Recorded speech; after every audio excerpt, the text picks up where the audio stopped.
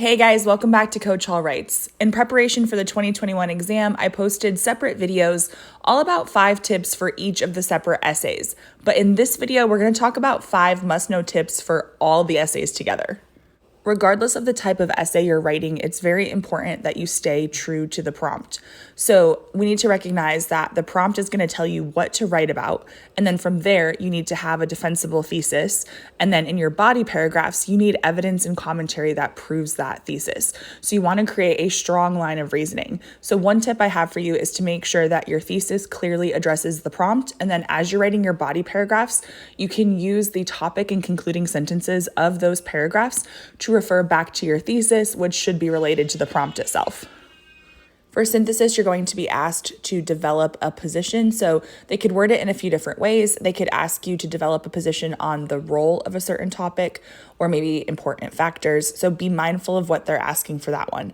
Now, rhetorical analysis, there are sort of 3 options. It's going to say rhetorical choices, and then it's going to say either to convey a message, achieve a purpose, or to develop an argument. So isolate which one you're supposed to talk about and make sure that you actually bring that up in your body paragraphs. Now, just because you're asked about message or argument, it doesn't mean that you ignore purpose though. So keep that in mind. And then for question 3, you're going to need to assert a position, usually on a broader topic. So basically make a clear stance or take a clear position. For those trying to improve their scores, regardless of the type of essay, this is probably the best advice I could give you based on the rubric and what I've seen from other students writing.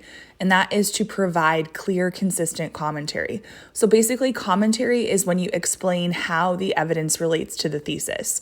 So you want to aim for more commentary than evidence. Commentary is your analysis. It's your own original thought. So if the evidence is the what, the commentary is the why. And so we need to see more of that analysis in each of your essays. So you want to ask yourself, perhaps like, why is this relevant? Or so what? What does this reveal about society? Or why is the author doing this? The why questions can help drive your commentary. There are also certain verbs that tend to lead to commentary. So I've given you some here: conveys, demonstrates, highlights, illustrates, implies, portrays, suggests. So if you incorporate these into your sentence, it can usually help you answer that why question. For rhetorical analysis specifically, I find that it benefits students to connect the choice to the rhetorical situation. So why is the writer or speaker making that choice for that audience on that occasion? Recognize that they are tailoring their speech or their letter or their article to a particular audience and examine why they're doing that and why it's effective. And then, of course, you also want to connect the choice to either the purpose, message, or argument, whatever the prompt is asking for. For argument or synthesis, you could ask yourself, what does the evidence reveal or demonstrate? So is there a lesson here? How does it impact society? What would happen if we made this change? What would happen if we didn't? It really depends on the topic you're talking about, but these questions could help you kind of zoom out and connect to the big picture. This tip is specifically for students who seem to be on that border of a 3 out of 6 and a 4 out of 6 on their essays. This is the advice that I give to my students who are on that border. I cannot guarantee that it will help you, but it's the best advice I could give for those who struggle either with their development or their pacing and it impacts their score. So let's talk about rhetorical analysis specifically for a second, because that's where I got this idea from. Basically, if you look at the rubric, it says to get a 3 out of 4, you have to analyze one choice thoroughly. And as my students and I were looking at some essays that scored a 130 on the College Board's website, we realized that there was usually one body paragraph that was the reason why they got that score. They analyzed that choice very thoroughly in that paragraph. So we started calling it a home run paragraph. And I told my students, if you are struggling with pacing or if you are just struggling with your analysis in general, identify your home run paragraph. Now, sometimes it would be their first body paragraph. Other times it would be their second, or maybe their third if they paced to do 3. The problem was, as the time went on, they often had to rush their last body paragraph, whether it was their second or their third.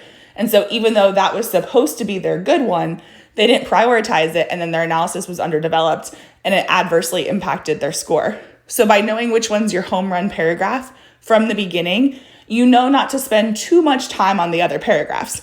Now, I'm not saying ignore them. I'm not saying don't try. But if you know, hey, I have so much to say in my second body paragraph, but you're not pacing to get there and to give yourself the time that that paragraph needs, you need to make those adjustments in hopes that it will help your score. And for those who are looking to turn their 3 out of 4 into a 4 out of 4 in row B, evidence and commentary, you basically need to have all of your body paragraphs be home runs, in the sense that you need to develop all of your claims consistently. And in my opinion, to do this, it requires having more commentary than evidence, because the commentary is your own original thoughts and analysis. So really prioritize that commentary. If you're looking to develop your commentary in your body paragraphs, or even if you're looking to develop your conclusion paragraph a little bit, one way to do this might be to situate the issue in a broader context. I like to think of it as zooming out and examining the broader or deeper implications depending on what the prompt is. So here I've given you guys some questions you could ask yourself to try to do this. Another tip that would help any of your AP-Lang essays, regardless of which type of essay it is to vary your syntax. So syntax means sentence structure. When you write multiple sentences back to back that are the same structure or the same length, it becomes really choppy. So you want to vary your sentence structure by adding dependent clauses at the beginning or the end of your sentences to make them different lengths and different structures. You could also include definitions or somebody's credentials as in a positive phrase or a non-restrictive clause. So this would be when you say the person's name, comma, and then maybe their title, comma, and then you finish your sentence. That helps make it clearer for your reader as to who you're talking about, but it's also a way to vary your syntax. And you could also include transition words. This helps as well. Don't forget to check out the description box below for links to additional resources. If you found this video helpful, please don't forget to give it a thumbs up. Make sure you're subscribed with your notifications turned on so you don't miss any future AP-Lang content. And for those taking the exam, best of luck. You've got this.